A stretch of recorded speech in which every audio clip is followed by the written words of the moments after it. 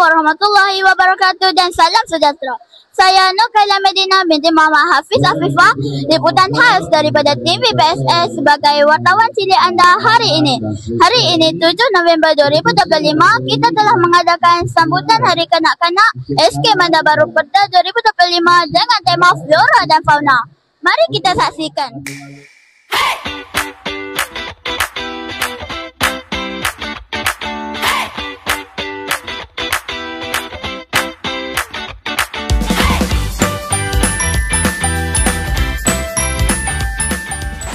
Okey, sekarang kakak akan bagi apa nama adik? Adam dengan Iman. Okey, pegang benda ni. Kita tengok apa yang akan jadi. Nampak ke? Sebab apa yang dia light up benda ni? Sebab apa dia ada lampu? Tepuk tangan kepada dua orang ni. Okey.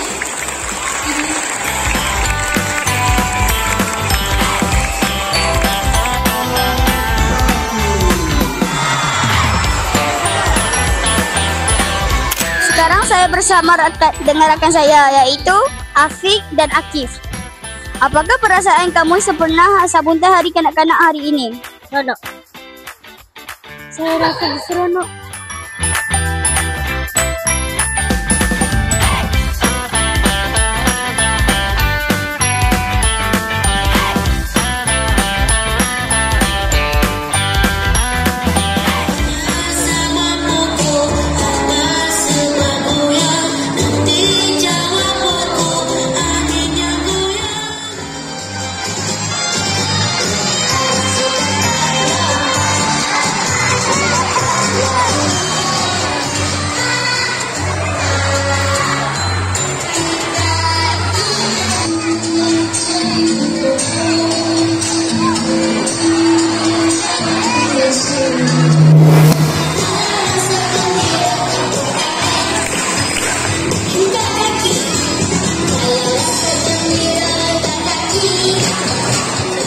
Hari ini saya bersama dengan Akak Pari-Pari.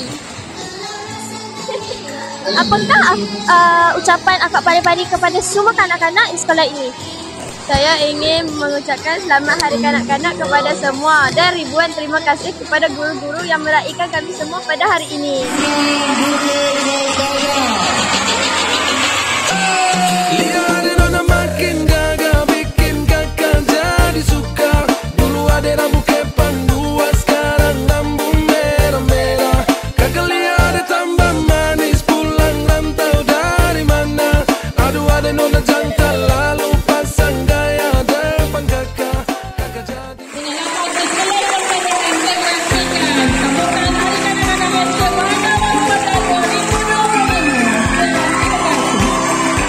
Sekarang saya bersama dengan Puan Nurul Ashikin PKM SK Banda Baru Perda.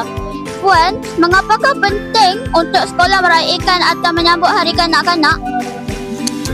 Terima kasih kepada pengawas PSS kita pada hari ini.